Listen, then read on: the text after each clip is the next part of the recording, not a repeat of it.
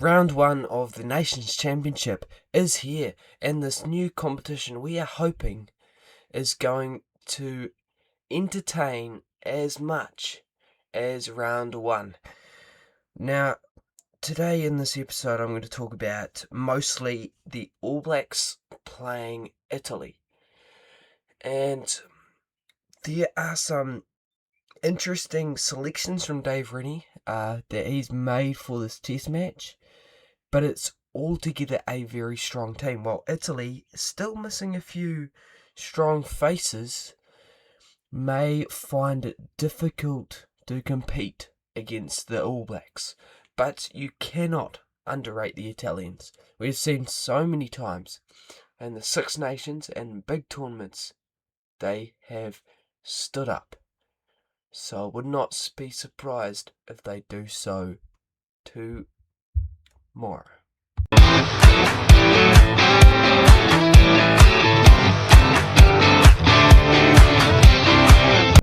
Okay, let's run through some lineups here.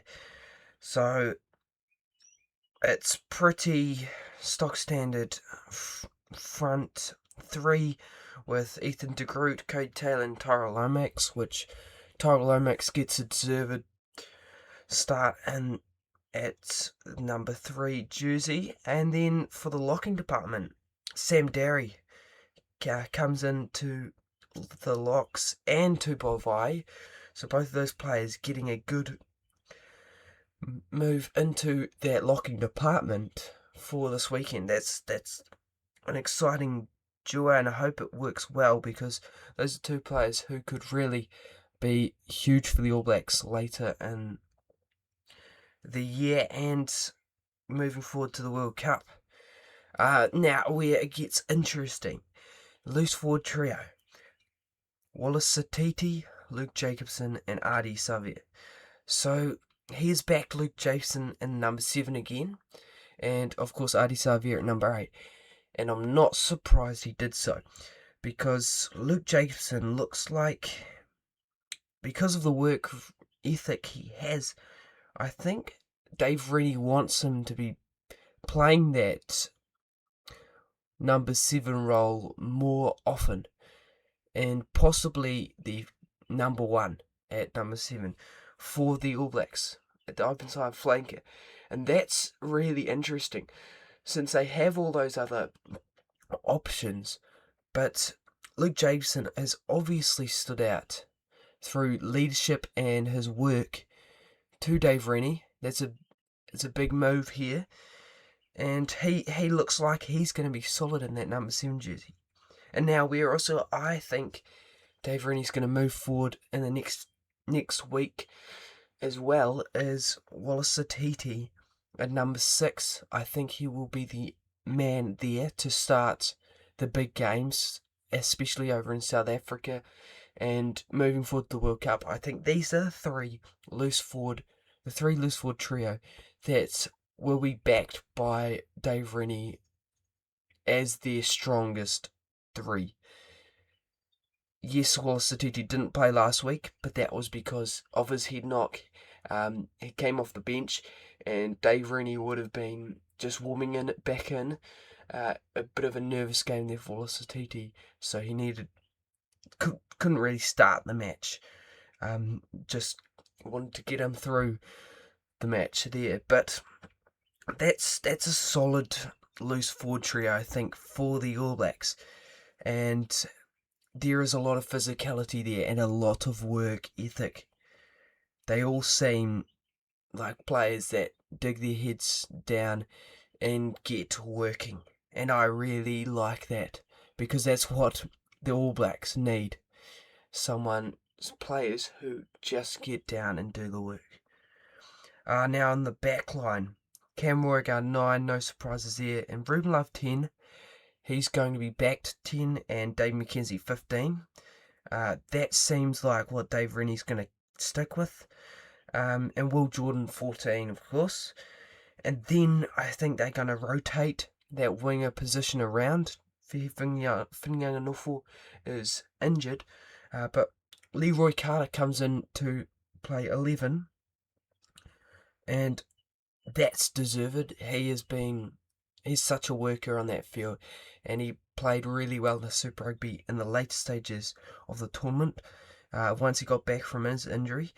And then 12 and 13, this is interesting, Geordie Barrett and Billy Proctor working on form there, and that combination they've had at the Hurricanes. So that's an interesting selection, leaving out, what's his name?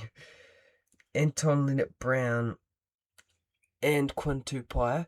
Quinn Tupaia will be being rested, of course, because of the work he's put in the last however long for the Chiefs and the All Blacks. So he'll be rested for this match, and it's deservedly as well. Then off the bench, the impact. Samisoni Taukei'aho, 16. George Bower, Pasilio Tossi, that's a really good bench. And then they have Josh Lord.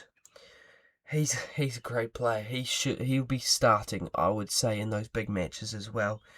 Now, Anton Segner, debut, and I really hope he will come on for sure. But he's an incredible worker.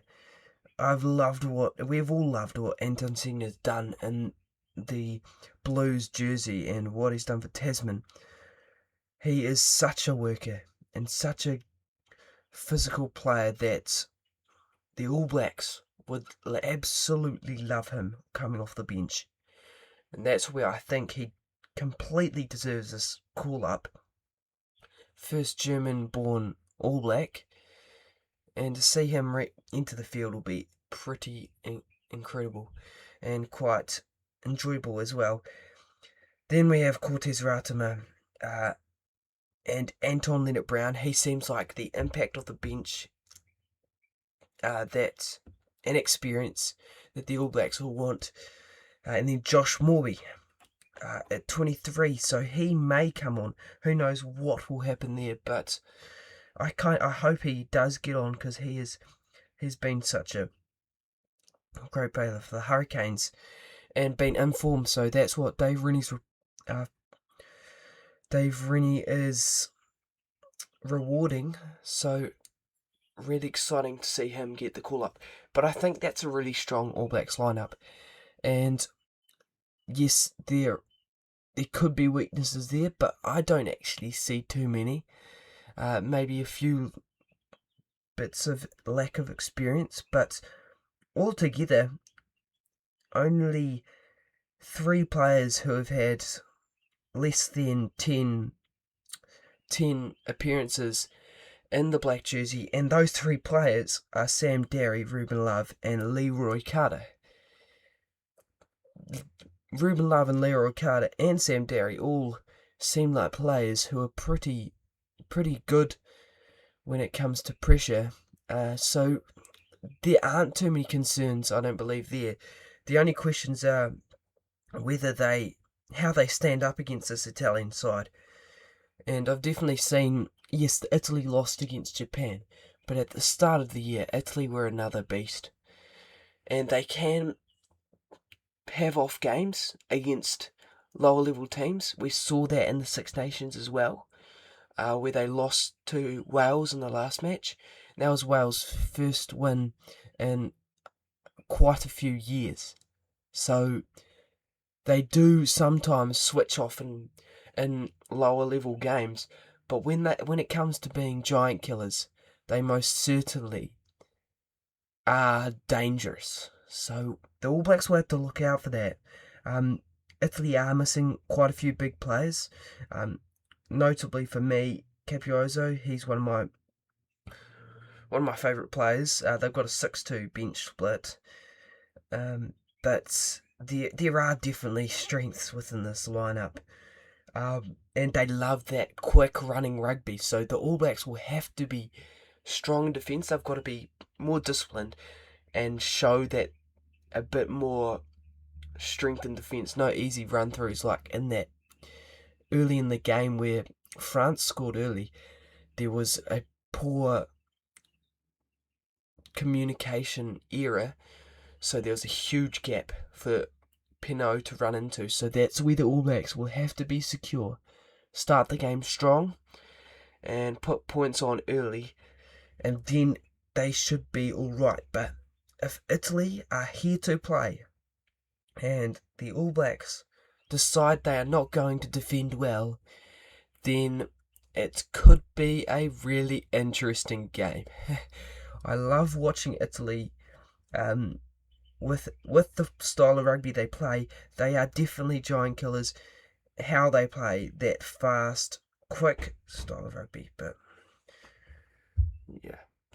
But notably in their lineup, they have one of my favourite players, Garbisi and Minoncello, sorry. Minoncello was hugely impactful for Italy early in the year, and we know Garbisi, he's been so good for them since the World Cup at least. So those two players are absolutely key in creating opportunities for Italy. Minoncello is their number 12 and Garbisi is their number 10. So those two players are going to be key when they are creating opportunities here. Tommaso Allen is also a massive player at fullback. The rest of the lineup is actually really experienced when I look at it. Lots of players with over 50 caps. So we could see a really experienced, exciting Italian team face up. But looking forward to that, and I hope to see you guys later. So thanks for listening, and I'll see you later.